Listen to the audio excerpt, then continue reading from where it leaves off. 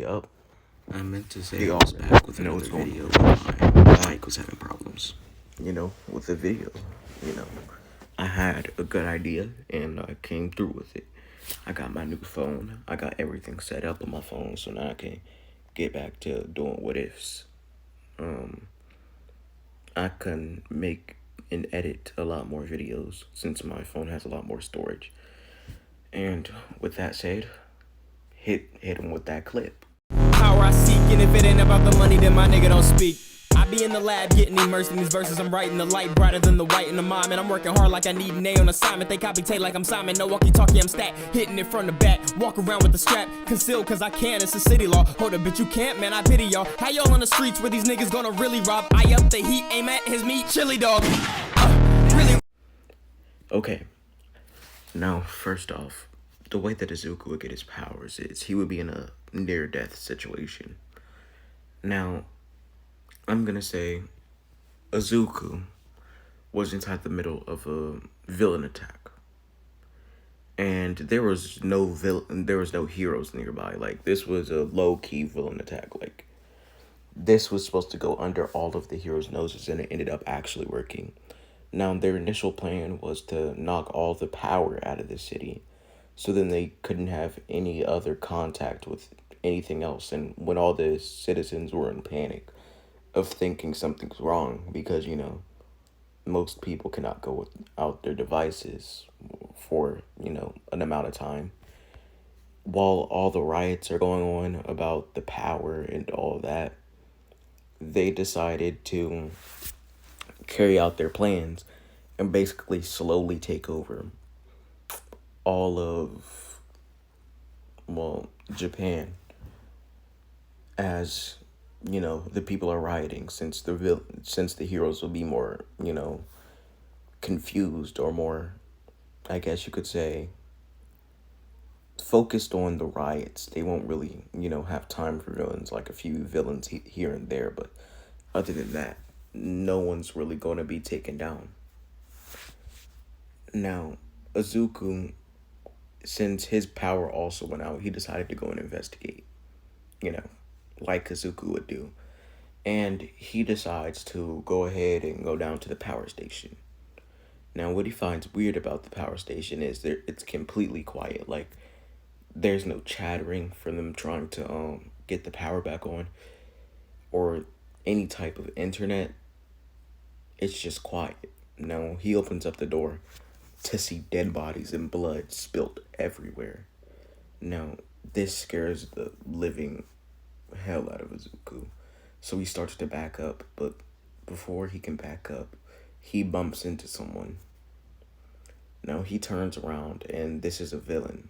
Let's call this villain... Fuck it, I'm going to steal this from Death Note. Let's call this villain Kira. I don't really care. Now, his power is to basically invoke as much pain as those around him on one person. And he does this by using sword techniques, but since everybody else is dead, or, dying and bleeding out, he decides to go after someone that's dying and bleeding out, and he decides to fuse his pain with Izuku's pain, which basically causes Izuku to spit out blood, and his body then starts to rip itself apart to the same way that, the power station guy is. Izuku then falls onto the ground, and he's gasping for just life in general. Now, unknowns to them, the people at the power station have been working on a secret project. This secret project was, cure for quirkless people, to give them quirks. Now, it would have to be fused with something else. So Izuku picks up a bottle, and he does this to try and move it out the way and call someone. But before he can, the bottle falls on top of him, which causes him a bunch of pain, and he ends up turning back on the power station.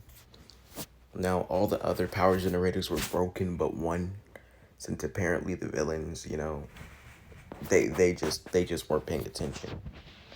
Now, after he turns on the power, it lights up a few blocks, but it doesn't light up every block. So some people are relieved, and most people are still out, like in the dark.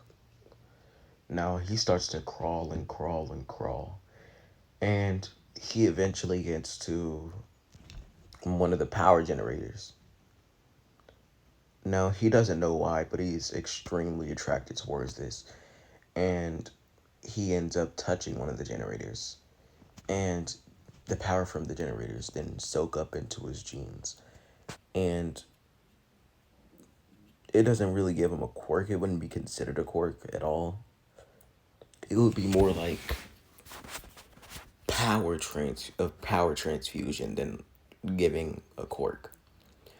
Now, Azuku feels all of the cells in his body heating up, like inside of.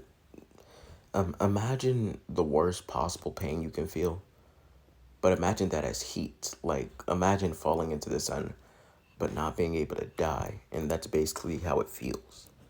It feels like his entire body's on the surface of the sun, and Azuku's trying to scream, but he's inside of so much pain that he cannot.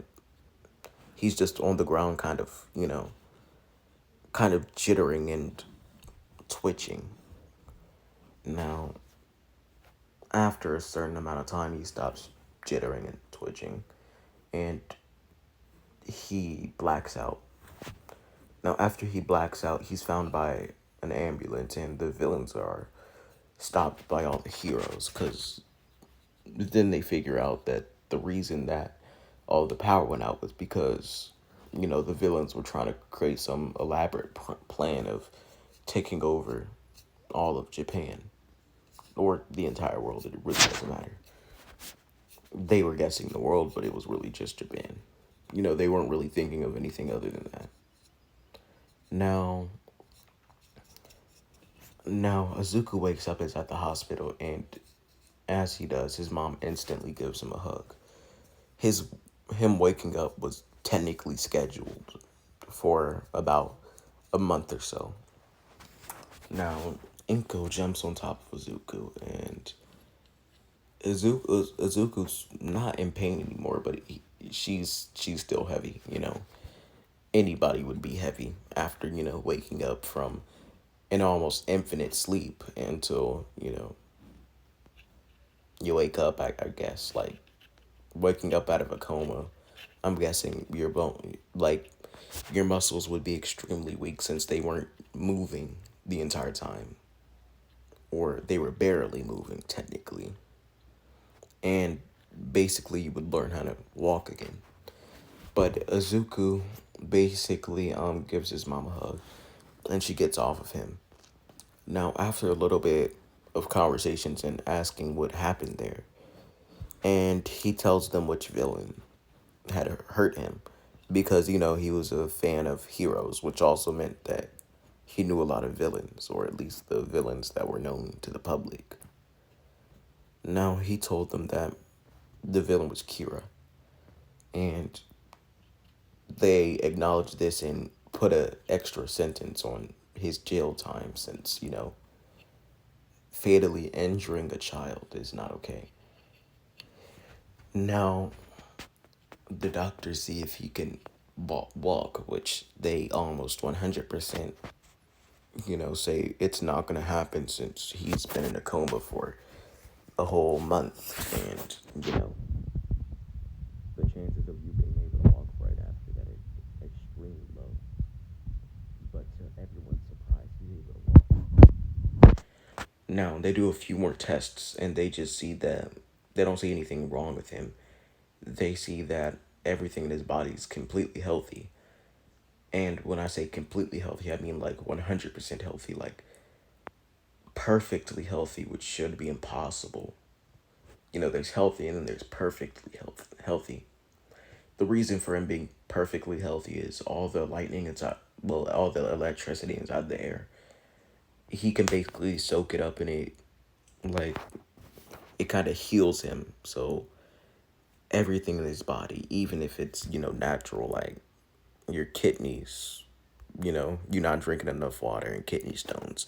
Those don't really happen to him since, as long as he's absorbing electricity out of the air or any other source, he's fine. Now the doctor sent him back home, and Izuku's laying inside of his bed. Now, he ever since he woke up from the hospital, he's felt this type of energy inside of his body, but he doesn't know what it is, and he doesn't really want to tell anybody because, well, it doesn't seem important as long as it's not hurting him. And from everything that Izuku has studied, there's literally nothing that correlates, like no type of disease that correlates to him having all of this energy and feeling like he cannot exert it, except for him having a lightning quirk, which wouldn't make sense since, he's quirkless, or at least he thinks. Now, one day at night, Izuku goes on another walk. Now, his mom, like, I'm gonna say this was 2 weeks later, since, his mom was, like, extremely worried about him going outside of the house after that, you know? So I'm gonna say that was, like, 2 weeks after. And basically, while he's walking, he hears some type of distress. Now, he looks over, and around the corner is, let's call it Mystery Girl. We'll find out in the future. Now, he walks up to the guy and stops him, and he basically asks, "What are you doing?" He says, "Let go of her." This point, the guy just says, "Back off. You really do not want problems." Now, Izuku thought about backing off, but as he sees the guy still messing with the girl, and the girl giving him pleading eyes to help her, he then pushes the guy off of the girl. Now, the guy says, "You should have just minded your own business," as he then hits Izuku in the face with a fire quirk. Lil's more like fire went over his elbow and extended his punch, so then, his punch would be faster and more powerful. Now, as this happened and his fist, like, clashed with his face, Izuku goes flying. Now, the guy thinks Izuku's dead, so he just keeps on going on with what he's doing. Because the amount of the amount of heat that was inside of his hand and the amount of force that he used with that would kill a normal person. But instead, he hears Izuku getting up after a few seconds, which he says should be impossible since, first off, unless he has a durability quirk, which it didn't look like he had, there's no reason that he should have been able to get up after that punch. Now, Izuku still gets up, of course, and he puts his fists up and he says, "What type of punch was that?" Now, after saying that, he puts up his hands. And the guy with the fire quirk then lets go of the girl. Now, the girl goes running out of the alley, which for some reason she went into, dumbly. And basically, the guy's getting ready to screw up with Izuku. Now, the guy starts to beat the everlasting crap out of Izuku, because Izuku still doesn't know how to use his quirk. Well, his power. I gotta stop saying quirk. He still doesn't know how to use his power, and, he can't really do anything against the guy if he doesn't know what he's using. Now, the guy's getting ready to obliterate Izuku. Like, he's charging a fireball inside of his hands at this point, after kick punching and breaking a bunch of his bones, which Izuku somehow still got up from, since the lightning regeneration. Now, as he's done charging this ball of fire, the guy then says, "You should have just minded your own business." Now, as he says this, he shoots the fireball at Izuku. Now, Izuku seeing the fireball, he begins to panic inside of his head, think of all of his life choices, think, should he have, minded minded his own business and stayed in his own lane and, looked past it.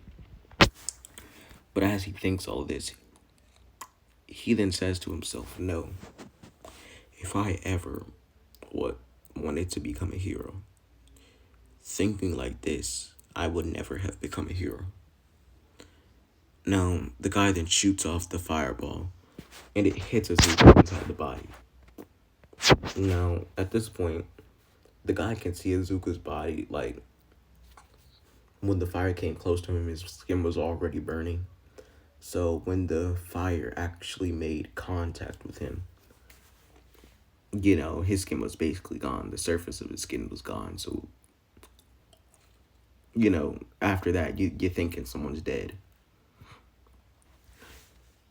Now, the guy just turns around and starts walking away, thinking of how much a pain it was to have to kill someone this time of day.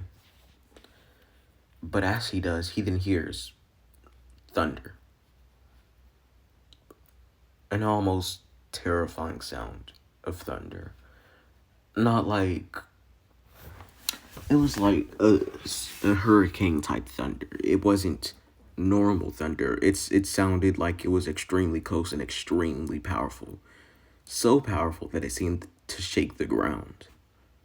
Now he looks up at the clouds and somehow there's cumulonimbus above him. Well, it's a lot bigger, but it wasn't only above him, it was above a lot of other people. But there was no possible way this cloud could have come in, and at least a mile from there, he wouldn't have been able to hear this type of lightning and basically been able to hear how powerful this type of thunder was. Now, he then sees inside the cumulonimbus, there's just lightning flying around the cloud. Like, inside the middle of the cloud, he can just see lights going off, like blue, red, well, yeah, yellow, I guess, and purple, if I get purple. Now, he's thinking this is unusual since he's never seen purple lightning. Now, the reason for this is because lightning has, if you did not know, lightning has different colors from how...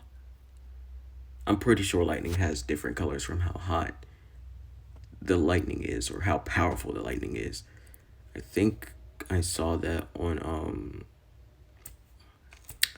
it was, well, I think it was, someone's, not someone's YouTube channel, not some random person, but basically, he put science behind a lot of superheroes and stuff, which was valid since he had a lot of famous people talking with him about it.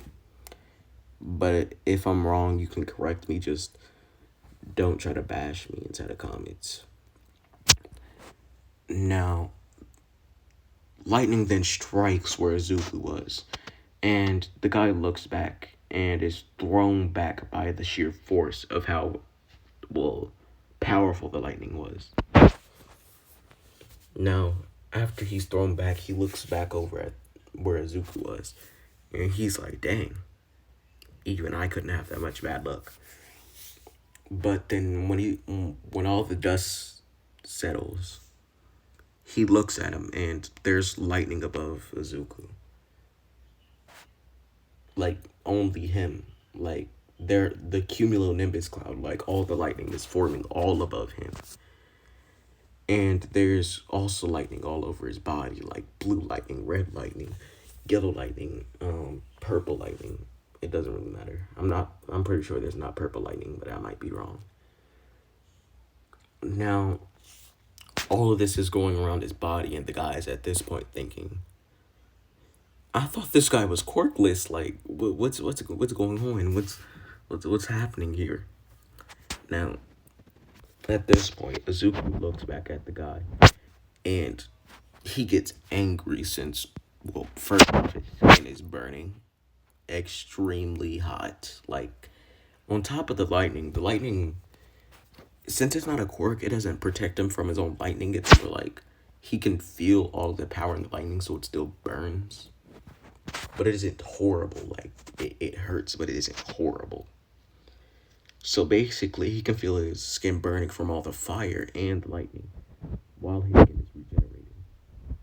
Now, Izuku puts two of his fingers up and points it at the guy. And a tiny spark of lightning comes out of those two fingers, like it connects from those two fingers. And then the lightning goes away, and then the guy says, was that supposed to do something? And before he can finish, the lightning hits him in his stomach, ripping apart his stomach and sending lightning through the other side of him. Mind you, when you're normally struck by lightning, your skin is burnt, but lightning usually does not go through your body. Like, that is unusual. If lightning goes through your body, that lightning would have to be extremely powerful. I know that for a fact.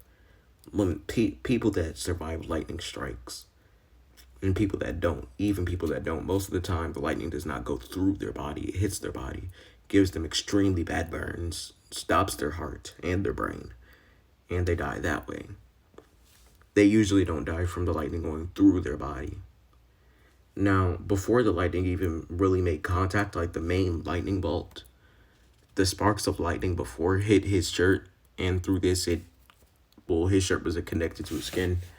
So basically, the guy could feel all the lightning going through his body before the main bolt of lightning ever hit him, which means on top of him burning from the sparks of lightning, the actual bolt killed him also, sending even further pain through his body. Since, you don't ever die instantly. It's literally impossible. Anyway, the guy goes flying back into a building and basically goes, crashing through, I'm going to say, a auto zone. Because, I hope I put the AutoZone meme there. If I did not, I was probably too lazy. It's like a 60% chance I did not put the AutoZone meme right there. But, yeah, this is where I'm going to end it off. If you guys liked it, then you liked it. I mean, like, what do you expect me to say? Like, so subscribe. I mean, like, do what you want. I'm going to see you guys later, and have a good day. Bye-bye. Wanna ask this bitch ass that, but that nigga dead for real. Been a nigga block the windows down, but I like jumping out. You clap first, I'm still coming, bitch, we just gon' spark it out. Run the opposition down and knock his fucking tonsils out. Lil' bro smooth his ass, that nigga dead, that's what that chop about. We ain't ducking shit, bitch, what it is, let's bring them choppers out. Pull up to his crib, that's where he live, oh yeah, we popping out. Ain't no questions asked, bitch, I'm a blast, they know I'm rocking out. When it's chopper flash, boy, that's your ass, ain't shit to talk about.